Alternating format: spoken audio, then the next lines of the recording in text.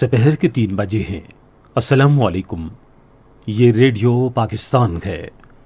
عامر ہاشمی سے خبریں سنیے۔ پہلے اہم خبروں کا خلاصہ۔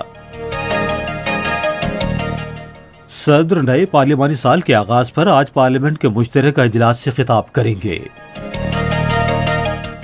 وزیر اطلاعات نے کہا ہے کہ بعض میڈیا مالکان جعلی خبروں کو اپنا حق سمجھتے ہیں اور اپنے ملازمین کو میڈیا ڈیولپمنٹ اتھارٹی قانون کے خلاف احتجاج کے لیے مجبور کر رہی ہیں۔ کل جماعتی حریت کانفرنس نے بھارتی جیلوں میں غیر قانونی طور پر نظر بند کشمیری رہنما اور کارکنوں کی حالت زار پر گہری تشویش کا اظہار کیا ہے۔ افغانستان میں نئی عبوری حکومت کے قیام کے بعد آج پی آئی اے کی پہلی پرواز کابل پہنچی۔ اقوام متحدہ نے صحت کے عالمی بحران، غربت اور عدم مساوات کے خاتمے کے لیے وسیع تر عالمی تعاون پر زور دیا ہے۔ اور پاکستان کرکٹ ٹیم کے سابق کپتان رمیز راجہ کو 3 سال کے لیے پاکستان کرکٹ بورڈ کا متفقہ طور پر چیئرمین منتخب کر لیا گیا ہے۔ اب خبریں تفصیل کے ساتھ۔ پارلیمنٹ کا مشترکہ اجلاس آج تیسرے پہر 4 بجے پارلیمنٹ ہاؤس اسلام آباد میں ہوگا۔ صدر ڈاکٹر عارف علوی چوتھے پارلیمانی سال کے آغاز پر مشترکہ اجلاس سے خطاب کریں گے۔ اطلاعات و نشریات کے وزیر چودھری فواد حسین نے کہا ہے کہ بعض میڈیا مالکان یہ سمجھتے ہیں کہ جعلی خبریں ان کا حق ہے اور وہ اپنے ملازمین سے کہہ رہے ہیں کہ وہ میڈیا ڈیولپمنٹ اتھارٹی کے مجوزہ قانون کے خلاف احتجاج کریں اور بونس لیں۔ ایک ٹویٹ میں انہوں نے کہا کہ ایک ایسا قانون جس میں میڈیا ورکرز کو تحفظ دیا جائے اور جعلی خبروں پر جرمانے کیے جائیں وہ کس طرح صحافیوں کے خلاف ہو سکتا ہے۔ وفاقی وزیر نے کہا کہ جعلی خبریں کیسے بنیادی حق ہو سکتا ہے۔ صحافیوں کی بڑی تعداد مجوزہ پاکستان میڈیا ڈیولپمنٹ اتھارٹی قانون کی حمایت کے اظہار کے لیے آج ڈی چوک اسلام آباد میں جمع ہوئے۔ صحافیوں نے مجوزہ قانون سازی کے حق میں کتبے اٹھا رکھے تھے جس کا مقصد صحافیوں کے حقوق کا تحفظ فراہم کرنا ہے۔ Pakistan federal union of journalist professional کے صدر مظہر اقبال نے ریڈیو پاکستان کے نمائندے حیدر عباس سے گفتگو کرتے ہوئے کہا کہ مجوزہ قانون سے جعلی خبروں کو روکنے اور میڈیا ورکرز کے حقوق کے تحفظ میں مدد ملے گی۔ انہوں نے کہا کہ ماضی کی کسی بھی حکومت نے صحافیوں کے حقوق کے بارے میں کبھی نہیں سوچا اور اب جب کہ اصلاحات متعارف کرائی جا رہی ہیں تو کچھ میڈیا مالکان مخالفت کر رہے ہیں۔ انہوں نے کہا کہ مٹھی بھر صحافی جو مجوزہ قانون کے خلاف احتجاج کر رہے ہیں اپنے میڈیا گروپوں کے مالکان کی ایما پر یہ سب کچھ کر رہے ہیں۔ صحافیوں کے مشترکہ ایکشن کمیٹی کے چیئرمین رانا عمران لطیف نے کہا کہ مضمون مفادات کے حامل ایک گروپ نے ہمیشہ اصلاحات کی مخالفت کی ہے۔ انہوں نے کہا کہ مجوزہ قانون سازی کی مخالفت کرنے والی صحافی کچھ میڈیا مالکان کے ایجنڈے پر کام کر رہی ہیں۔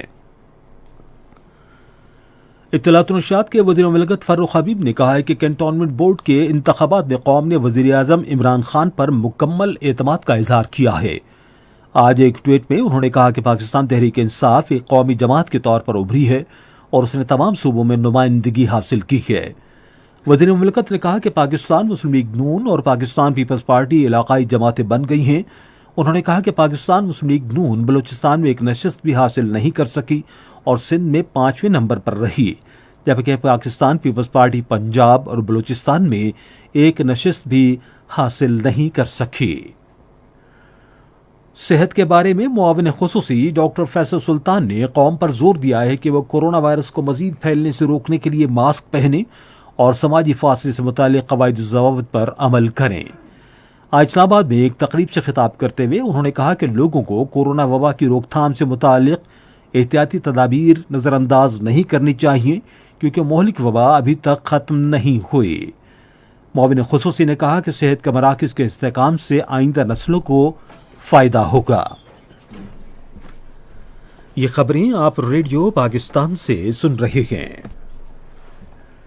بھارت کے غیر قانونی زیر قبضہ جموں و کشمیر میں کل جماعتی حریت کانفرنس نے غیر قانونی طور پر نظر بند حریت رہنما اور کارکنوں کی حالت زار پر گہری تشویش کا اظہار کرتے ہوئے کہا ہے کہ مودی کی فضائی بھارتی حکومت حریت قیادت کو جیلوں میں قتل کرنے پر تلی ہوئی ہے۔ کل جماعتی حریت کانفرنس کے ترجمان نے سری نگر میں ایک بیان میں نظر بند رہنماؤں اور کارکنوں کے ساتھ غیر انسانی سلوک پر افسوس کا اظہار کرتے ہوئے کہا کہ انہیں علاج معالجے اور دوسری تمام بنیادی سہولیات سے محروم رکھا جا رہا ہے، جس کی توثیق 1948 کے انسانی حقوق کے منشور میں کی گئی ہے۔ ترجمان نے اقوام متحدہ کی کونسل برائے انسانی حقوق اور انسانی حقوق کی دوسری تمام عالمی تنظیموں پر زور دیا کہ وہ فوراً بھارت کی جیلوں کے دورہ کریں اور جموں و کشمیر کے متنازع علاقے میں بھارتی مظالم بند کرانے کے لیے کردار ادا کریں۔ انہوں نے اقوام متحدہ پر بھی زور دیا کہ وہ کشمیر کے مسئلے کو سلامتی کونسل کی قراردادوں کے مطابق حل کرانے میں اپنا کردار ادا کرے۔ بھارت کے غیر قانونی زیر قبضہ جموں و کشمیر میں بھارتی فوج نے تازہ ریاستی دہشت گردی کی کارروائی میں آج ضلع راجوری میں ایک کشمیری نوجوان کو شہید کر دیا۔ کشمیر میڈیا سروس کے مطابق بھارتی فوج نے نوجوان کو ضلع کے علاقے منجا کوٹ میں محاصرے اور تلاشی کی کارروائی کے دوران شہید کیا۔ اس سے پہلے اسی علاقے میں بھارتی فوج کے اہلکار ایک حملے میں شدید زخمی ہو گیا۔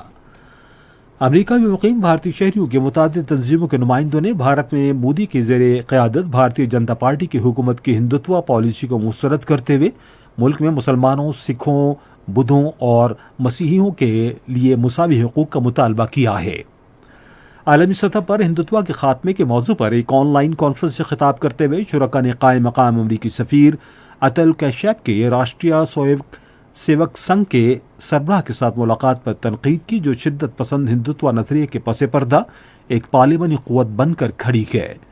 مقررین نے اس ملاقات کو ایک ایسی فضائی تنظیم کو قانونی اور باضابطہ حیثیت دینے کے مترادف قرار دیا جو بھارتی اقلیتوں پر تشدد کے متعدد واقعات میں ملوث ہے۔ انہوں نے امریکی حکومت پر زور دیا کہ وہ راشٹریہ سویم سیوک سنگھ کے ساتھ قطع تعلق کرے اور سفیروں کی RSS کے سربراہ کے ساتھ ملاقات میں اس بات کی وضاحت کرے۔ افغانستان میں نئی عبوری حکومت کے قیام کے بعد PIA کی پہلی پرواز آج کابل کے ہوائی اڈے پر اتری۔ PIA کا عملہ غیر ملکی صحافیوں کو کابل لے گیا اور عالمی بینک اور ذرائع ابلاغ کی عالمی تنظیموں کے ایک ٹیم کے ساتھ آیا۔ کابل میں نئی افغان حکومت کے قیام کے بعد غیر ملکی مسافروں کی یہ پہلی پرواز تھی۔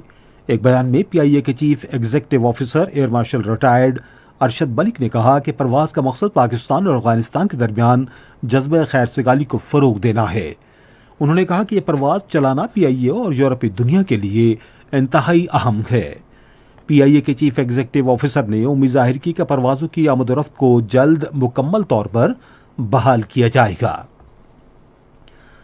اقوام متحدہ نے صحت کے عالمی بحران، غربت اور عدم مساوات کے خاتمے کے لیے وسیع تر عالمی تعاون پر زور دیا ہے۔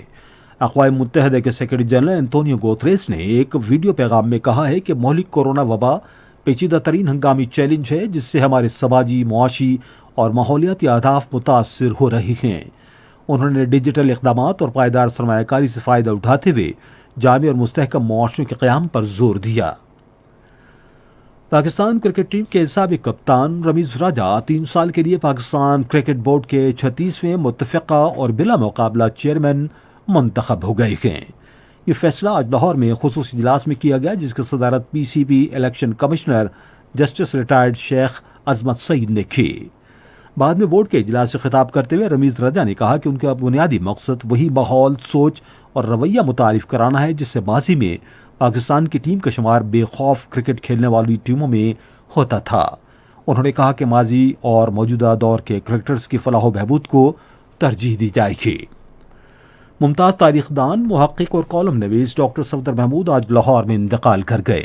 انہوں نے گورنمنٹ کالج لاہور سے گریجویشن کی اور سینٹرل سپیریئر سروسز میں خدمات انجام دیں۔ انہوں نے تاریخ اور سیاست کے بارے میں متعدد کتابیں لکھی۔ انہیں ان کے تحقیقی کام پر تمغہ برائے حسن کارکردگی سے بھی نوازا گیا۔ ادھر وزیر اعلیٰ پنجاب نے ڈاکٹر صفدر محمود کے انتقال پر گہرے دکھ اور غم کا اظہار کیا ہے۔ اپنے تعزیتی پیغام میں انہوں نے سوگوار خاندان سے اظہار تعزیت کیا ہے۔ انہوں نے دعا کی کہ اللہ تعالیٰ مرحوم کو جنت الفردوس میں جگہ عطا فرمائے۔ اور اب موسم۔ محکمہ موسمیات کی پیشگوئی کے مطابق آئندہ 12 گھنٹے کے دوران ملک کے زیادہ تر میدانی علاقوں میں موسم گرم اور خشک رہے گا، تاہم سندھ، بالائی خیبر پختونخوا، کشمیر اور گلگت بلتستان میں کہیں کہیں تیز ہوائیں چلنے اور گرج چمک کے ساتھ بارش کا امکان ہے۔ آج ریکارڈ کیا گیا بعض شہروں کا درجہ حرارت: اسلام آباد اور Muzaffarabad 34 degree centigrade, Lahore 32، Karachi 36، Peshawar 35، Quetta 33، Gilgit 29 اور Murree 22 degree centigrade. Bharat کے غیر قانونی زیر قبضہ جموں و کشمیر میں سری نگر، جموں، لیہ، پلوامہ، اننت ناگ، پلوامہ، شوپیاں اور بارہمولہ میں مطلع جزوی طور پر ابرالود رہنے کی پیشگوئی کی گئی ہے۔ آج ریکارڈ کیا گیا درجہ حرارت سری نگر، پلوامہ اور بارہمولہ 26، شوپیاں اور اننت ناگ 24، جموں 32 اور لیہ 15 ڈگری سینٹی گریڈ۔ اسی کے ساتھ خبریں ختم ہوئی۔ مزید خبروں اور تجزیوں کے لیے ہماری ویب سائٹ پر radio.gov.pk اور فیس بک کے link radio Pakistan news official پر براہ راست ویڈیو اسٹریمنگ بھی ملاحظہ